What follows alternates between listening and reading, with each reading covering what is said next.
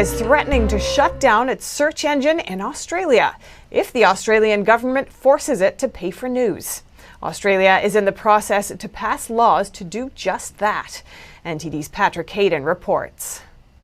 Google is threatening to block its search engine in Australia if the government proceeds with a new code. It would force Google and Facebook to pay domestic media companies for the right to use their content. If this version of the code were to become law, it would give us no real choice but to stop making Google Search available in Australia.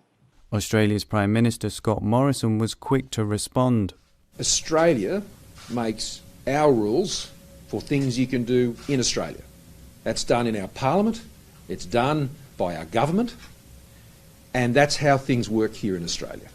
And people who want to work with that in Australia, you're very welcome. But we don't respond to threats. Google's threat escalates a battle with publishers like News Corp, which is being closely watched around the world. The search giant says 19 million Australian users would have worse YouTube and search experiences if the new code is enforced. Google doesn't disclose sales from Australia, but search ads make up most of its revenue and profit globally.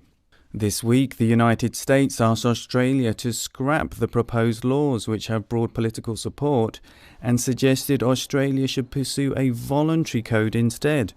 Australia says Google and Facebook hold too much market power in the media industry, and that's a potential threat to democracy. Reporting by Patrick Hayden, NTD News.